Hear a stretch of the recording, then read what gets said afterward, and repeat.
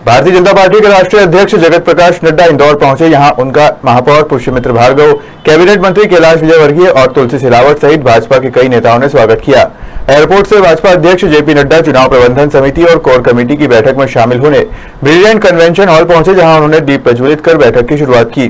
बैठक में प्रदेश की सभी 29 सीटों को जीतने की रणनीति बनाई। वहीं बैठक के बाद कैबिनेट मंत्री कैलाश विजयवर्गीय ने पूर्व सीएम कमलनाथ के छिंदवाड़ा में 200% जीत का दावा किया। इसमें हर लोकसभा के जो चुनाव प्रबंधन समिति है वो सब हैं। अभी तक की जानकारी लेंगे कि चुनाव की क्या क्या तैयारी हुई, भविष्य में क्या क्या करना है, इस संबंध में मार्गदर्शन देंगे। क्योंकि हमारे यहाँ ये बात सही है कि संगठन एक महत्वपूर्ण होता है और इसलिए राष्ट्रीय अध्यक्ष इन सब संगठन के कार्यकर्ताओं की बैठक ले रहे हैं, क्योंकि चुनाव की प्रबंधन में जवाबदार कार्यकर्ता हैं। छिंदवाड़ा सीट को लेकर क्या कहेंगे? छिंदवाड़ा जीतेंगे, 200% जीतेंगे और छिंदवाड़ा में मेरा टारगेट 5 लाख का है, 5 लाख से ऊपर। कमलनाथ जी तो कह रहे हैं कि इसमें मध्य प्रदेश में 12 सीट आ सकती है, 12 सीट आ सकती है। कमलनाथ जी अपनी सीट बचा लेंगे। सर, नड्डा जी कितनी सीटों पर आज बातचीत करेंगे और कौन से? इंदौर संभाग की खरगोन, खंडवा, धार, झाबुआ, इलाहाबाद। Thank you.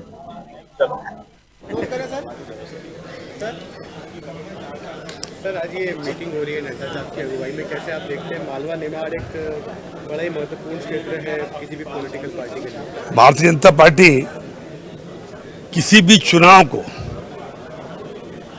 प्रजातंत्र का हवन है चुनाव, और किसी भी हवन को ना बीजेपी, ना मोदी जी, ना नड्डा जी, ना हम लोग हल्के से नहीं लेते।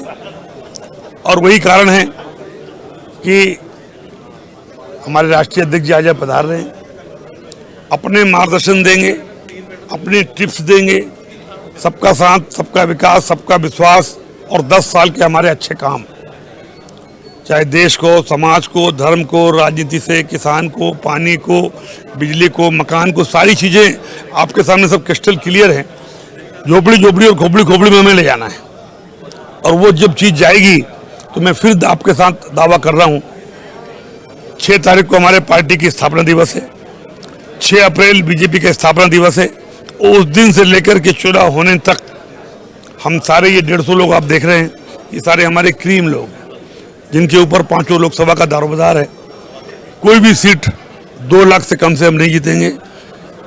5 लाख, 2 से 5 लाख के बीच में हम हर 5 लोकसभा जीतेंगे और पूरे मध्य प्रदेश की 29 लोकसभा का हम लोग दावा करेंगे। अच्छा, मालवा निमाड़ में बड़ी तादाद में आदिवासी और किसान मतदाता हैं, जो ही निर्णायक साबित होते हैं, लेकिन ये देखा गया है कि लगातार कांग्रेस का वोट बैंक बढ़ रहा है। लास्ट इलेक्शन में भी असेंबली में काफ़ी अच्छा परफॉर्मेंस कुछ जगह पे किया, तो क्या खतरा आपको महसूस हो रहा है? अगर अच्छा किया होता तो उनकी सरकार बनती ना।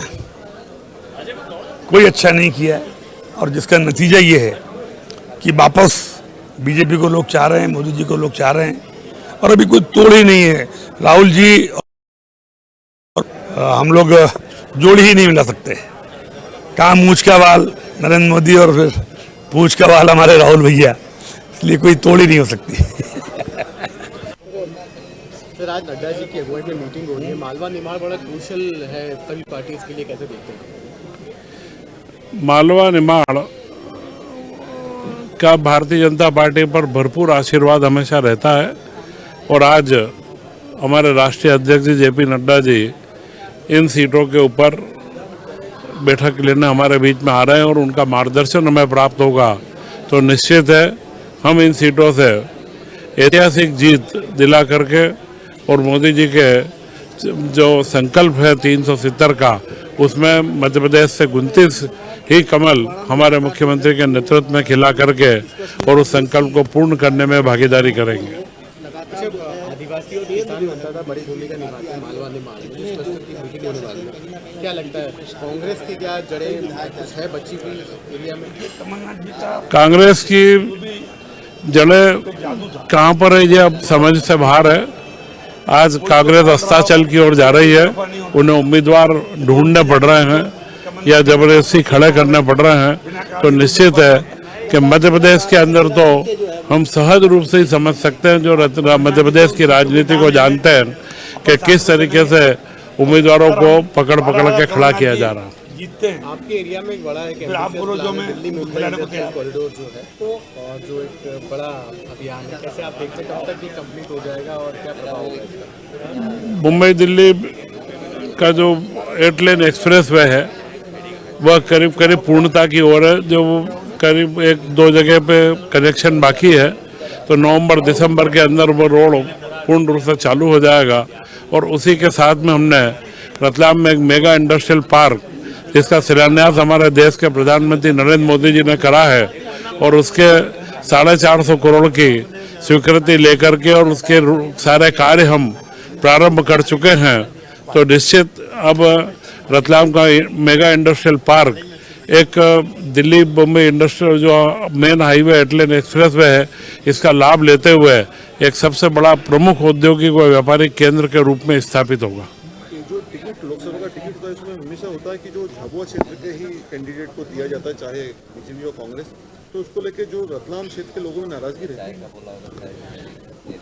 है। रतलाम के क्षेत्र में कभी भी इस तरीके की नाराजगी का विषय नहीं रहा है। रतलाम क्षेत्र की जो हमारी जो सीट है वह सुरक्षित आदिवासियों के लिए सीट है, और जो भी आदिवासी बंधु आता है रतलाम शहर का व रतलाम ग्रामीण का, उसे भरपूर आशीर्वाद मिलता है। और पिछले बार भी रतलाम शहर और रतलाम ग्रामीण के ही मतों की जो जीत थी, उन्हीं मतों की जीत के बराबर हमारे उम्मीदवार गुमान सिंह जी डामोर जीते थे, और इस बार वह जीत भी हम उसको आगे बढ़ा करके देंगे।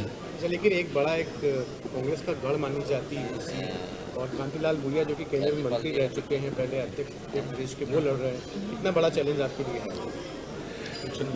कांतिलाल भूरिया के मामले में गढ़ कहना होता तो उनका टिकट सबसे पहले ही आ जाता।